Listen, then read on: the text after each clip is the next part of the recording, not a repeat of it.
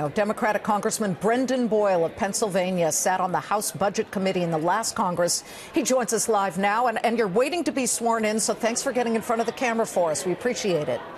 All right, thank you. Great to be back, Liz. Speaker Nancy Pelosi has made it crystal clear, no compromising on the border wall money. President Trump says he won't sign anything that doesn't have $5.6 billion for the wall. Congressman Boyle, if you were in charge, how will you bring this standoff to an end? Well, the first thing to remember is that in many ways this could be called the accidental shutdown. 2 weeks ago on Wednesday, the bill passed unanimously from the Senate. Mitch McConnell thought, and everyone thought in the Senate, that we had a deal. House Republican leaders were ready the next morning to bring up that same budget agreement. And then President Trump changed his mind, apparently because of some criticism he was getting from House Freedom Caucus members and some others in the media. And that's where we are. So that ended up in this situation where we've had a bit of a surprise shutdown, and we're stuck now for the last couple of weeks. As far as those who want to blame it on Nancy Pelosi, she's been speaker all of about 15 minutes. So obviously this shutdown began and for the last 2 weeks has been under entire Republican rule. But now it's upon all of us to bring this to a conclusion.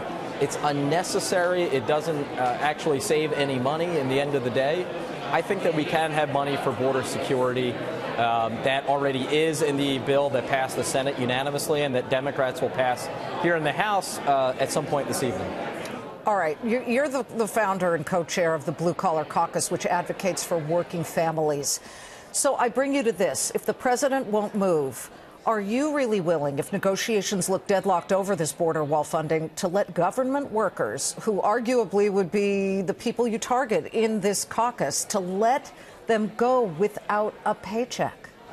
Yeah, well, first, I think that it is a tragedy that some 800,000 workers are now without a paycheck.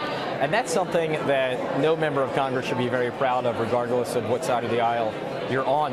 One thing to be clear, I am the founder and co-chairman of the Blue Collar Caucus. Yep. The idea behind that, as we've discussed before, is to make sure that this new economy works for those who don't have the benefit of a college education. Too many of those workers are being left behind.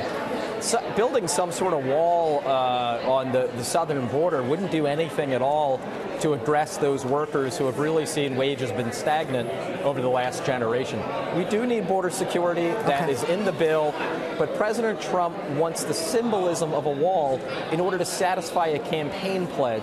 It's not really a serious issue or a serious matter in terms of addressing an illegal immigration problem in our southern border. It's serious to some who are extremely concerned about that, but I'm more interested right at this moment to know what you and the Republicans can get together on. Already, you've actually had some bipartisan successes here, whether it was prison reform or, sanctions on Russia. There's actually a decent list here.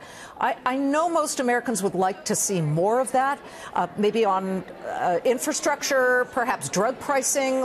Where do you think you can work with GOP members? Yeah, so you highlighted one example that I think is calling out for bipartisanship and that we can achieve it in a big way, and that is on infrastructure.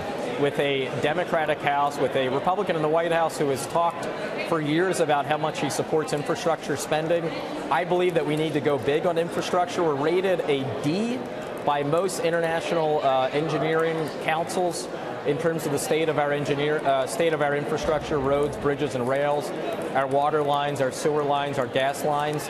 If we can reach common agreement on that, it would be a major achievement for the American people. And if I were to predict one area where I think we can achieve great bipartisan compromise, it would be on infrastructure. I would like to see that, too. I think that puts people back to work. You're looking at live pictures of Nancy Pelosi as she swears in brand new congressmen and congresswomen. Brendan Boyle, good to see you again. Thank you so much. We appreciate it.